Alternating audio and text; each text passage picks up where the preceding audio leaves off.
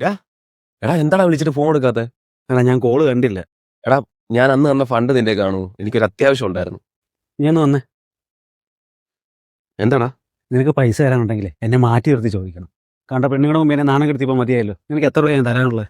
എടാ ഞാൻ അങ്ങനെ ഉദ്ദേശിച്ചല്ല. നിന്റെ ഞാൻ മേടിച്ച 4000 അല്ലേ? ഒരു മിനിറ്റ്. 4000 ഇട്ടിട്ടുണ്ട്. ഇനി മേലെ എന്നെ വിളിച്ചേക്കരുത് പൈസയുടെ കാര്യം പറയുന്നുണ്ട്.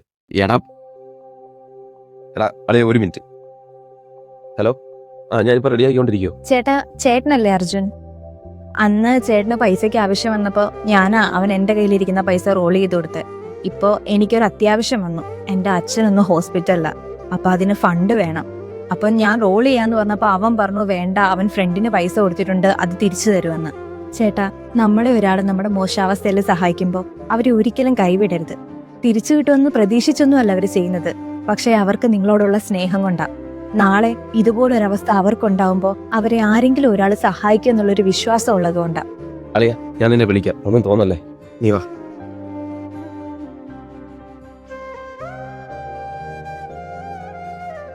അളിയ സോറി, നീ എന്തെങ്കിലും ആവശ്യമുണ്ടെങ്കിൽ എന്നെ വിളി. ഓക്കെടാ.